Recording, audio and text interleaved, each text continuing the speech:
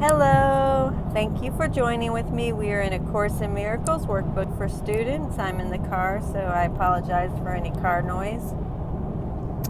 Part 1 of the workbook, Lesson 127. There is no love but God's.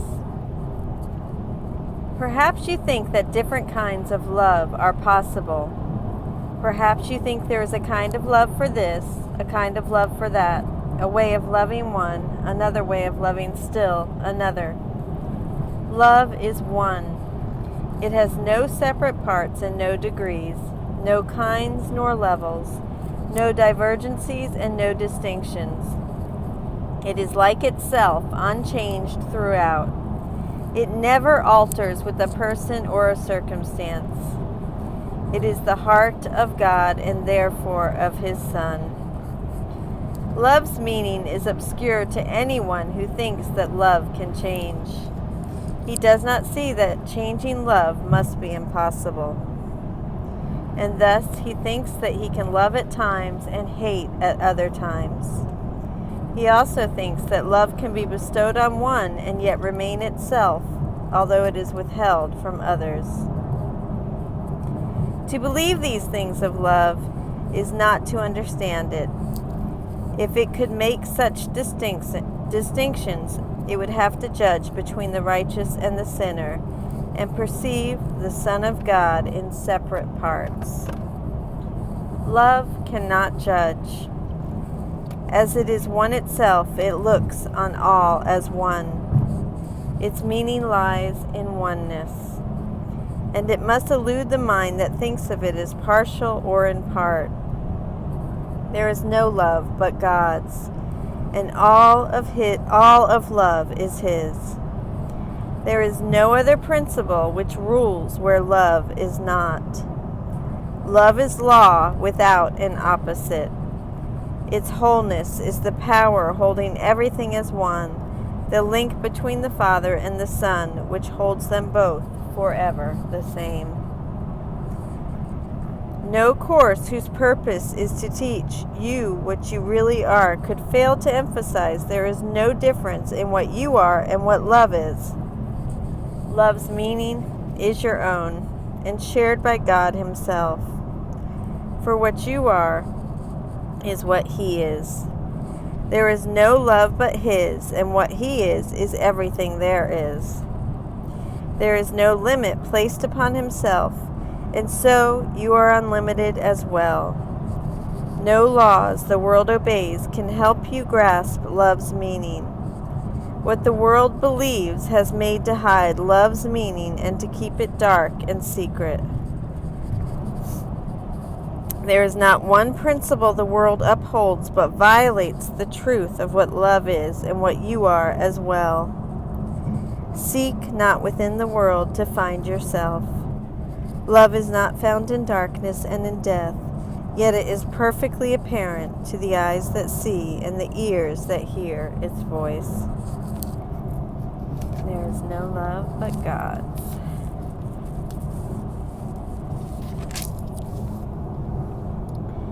Today we practice making free our minds of all the laws we think we must obey, of all the limits under which we live, and all the changes which we think are part of human destiny. Today, we take the largest single step this course requests in our advance towards its established goal. I'm going to go ahead and read the footnote. The fact that this lesson is the largest single step this course requests also means that it must be the largest of the giant strides in the workbook. See Lesson 61 for footnote 75. For a complete list of the giant strides. If you achieve the faintest glimmering of what love means today, you have advanced in distance without measure, and in time beyond the count of years to your release. Let us together then be glad to give some time to God today and understand there is no better use for time than this. For 15 minutes twice today, escape from every law in which you now believe. Open your mind and rest. The world that seems to hold you prisoner can be escaped by anyone who does not hold it dear.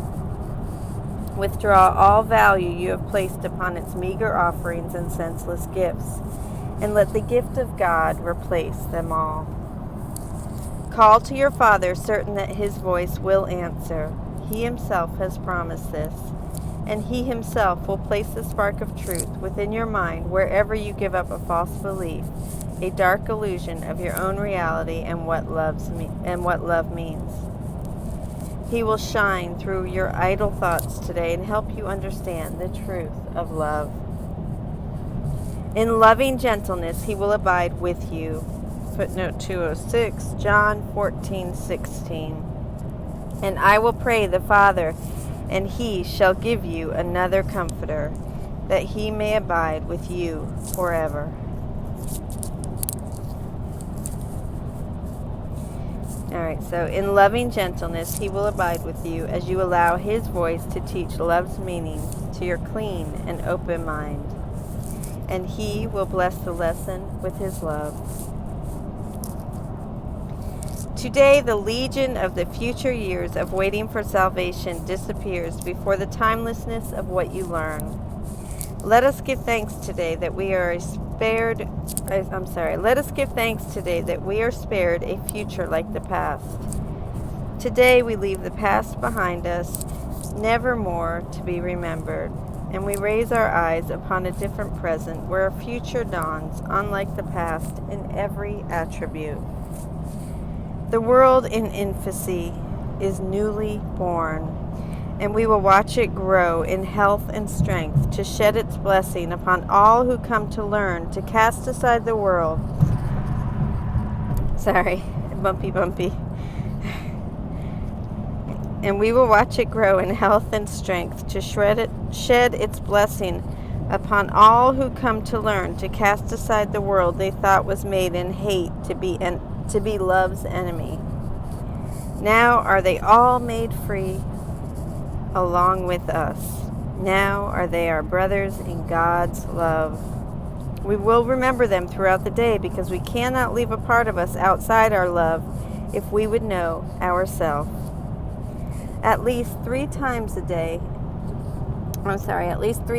hour, think of one who makes the journey with you and who came to learn what you must learn. And as he comes to mind, give him this message from yourself. I bless you, brother, with the love of God, which I would share with you, for I would learn the joyous lesson that there is no love but God's, and yours, and mine, and everyone's. Beautiful. We're going to read Alan Watson and Robert Perry's breakdown commentary. Lesson 127, there is no love but God's. Practice the purpose of this lesson. This is an extremely significant lesson, for it asks you to take the largest single step this course requests in your advance towards its established goal. You take this step by releasing your beliefs that limit love and open your mind to God so that He can teach you love's true meaning. So we have 2 times for 15 minutes each. I'll do a separate meditation again. This exercise is very similar to yesterday's, in which you went into the quiet center in your mind and asked God's voice to correct your false beliefs about giving. Today, you do the same, only asking God to correct your false beliefs about love. Repeat the idea, then open your mind and rest. Now let go of your beliefs, one after another, in the laws and limits of this world. For all of them justify limited and changing love. Let go of your beliefs in partial love, selective love, and changing love. As you give up each such belief, God will replace it with a spark of truth and understanding of what love really means. Call to Him and ask Him to illuminate your mind on the one true meaning of love. That is the essence of this practice period, to open your mind, let go of your beliefs that limit love, and ask God to teach you the real meaning of love, which is far greater and more sublime than your mind alone could ever understand. Gladly give this time. It is the best use of time you could ever make. For if you gain the tiniest glimpse of love's real meaning, you truly have taken a giant stride. You have gone forward in your journey countless years and have brought freedom to everyone who comes here. Reminders 3 times per hour at least. Think of someone you know and silently repeat to him these lines. I bless you, brother, with the love of God, which I would share with you, for I would learn the joyous lesson that there is no love but God's, and yours and mine and everyone's. Like the longer practice, this is a powerful technique for opening your mind to the real meaning of love. Commentary. Perhaps you think that different kinds of love are possible. I'm sorry. I can't read all this, so I'm trying to hold it so that I'm able to. Perhaps you think that different kinds of love are possible. To my mind, there is no perhaps about it. We all think that there are different kinds of love, varying from friend to family to children to lover, from person to animal to thing. The lesson asserts that there is only one love, God's love. To think that love changes depending upon its object, says the lesson, is to miss the meaning of love entirely. Love never alters with a person or circumstance. To us, this can seem to be a very intimidating description of love, because what we call love does not fit this picture. Our love comes and goes, waxes and wanes, varying with the person or the circumstance, like a thermometer to the temperature. Love, as described in this lesson, is wholly unaffected by anything outside itself. This is truly unconditional love. I am uplifted today by the idea that if this is God's love and this is the only love there is, then His love for me never alters and has no divergences and no distinctions. Nothing I do or do not do modifies His love for me even in the slightest. God's love just is, eternally, endlessly. It has no opposite. It is the glue that holds everything together. It is the substance of the universe.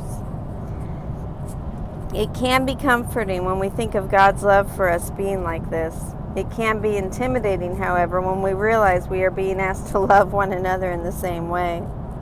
It seems beyond us, and if we are judged on whether or not we match up to this love, it would appear that we all come short of the glory of God, as the Bible says in Romans 3:23.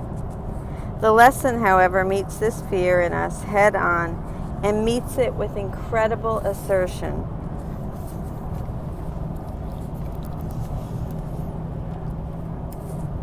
No course whose purpose is to teach you to remember what you really are could fail to emphasize that there can never be a difference in what you really are and what love is.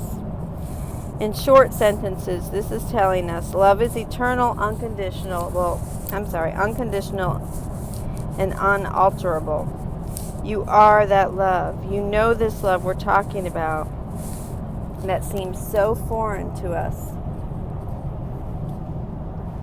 so beyond our capabilities. Okay, so it was a question. It says, you know this love we're talking about that seems so foreign to us, so beyond our capabilities. Well, this is what you really are. It is the other image of yourself, incapable of such love, shifting and changing with every circumstance, that is the lie. This love, this is the truth. This is you. There is absolutely no difference between this love and what we are. What you are is what He is. There is no love but His, and what He is everything there is. We aren't going to see this about ourselves by looking at the world. It isn't something that can be seen with the body's eyes, yet it is perfectly apparent to the eyes and ears that see and hear love, what is called elsewhere as the vision of Christ. That is the goal of today's lesson, to see that love in ourselves, to catch even the faintest glimmering of what love means, to understand the truth of love. This attempt to quiet our minds, to free our minds of all the laws we think we must obey, all the limits we have placed on ourselves, and all the changes we believe we have made in ourselves, and to find ourself who is love. This attempt is called the largest single step this course requests in your advance towards its established goal. If we succeed, we will have advanced in distance without measure and in time beyond the count of years to your release. This is no small thing. To be able, even in a very small degree, to perceive ourselves as this love, to catch a hint of the fact that love is everything there is, including ourselves. This is a quantum leap indeed. To spend a little time for this purpose is worth it. There is no better use for time than this. As we begin to realize that love is all there is, that this love is everything, including ourselves, we will realize that it includes everyone else as well. The only way love can be everything is if it includes everyone. So we begin to see not only ourselves, but the world in a new way.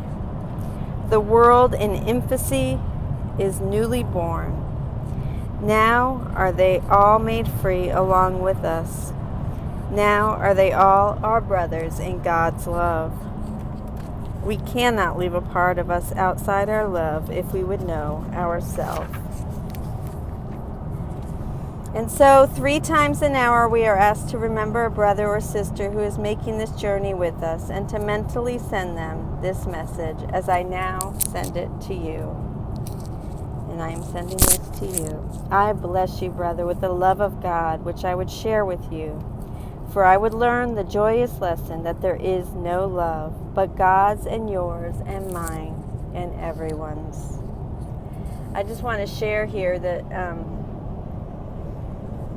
without judgment, this is easy to do, or without our stories. You know, I volunteer for hospice, and meeting these people it's just full of love. You know, I don't know their story. I don't know anything, and so I meet them just with love, and it's just so freeing. And this is, and I get it. This is how I'm meant to meet everyone without their stories. My siblings, my husband, my kids, my grandkids, everyone. So anyway, I love you. Thank you for joining with me. I love, love, love this lesson. Please practice it today for giant leaps for mankind. Yay. Love you.